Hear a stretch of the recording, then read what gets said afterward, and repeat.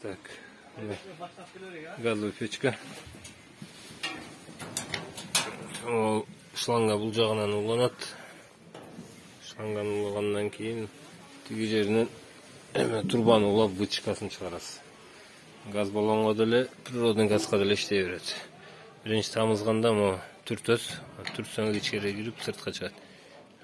Түртүп, акырын тиги пилот деген жерге чейин келип, күтүп тиги тешикти карап турсаңыз, от күйгөнү көрүнөт.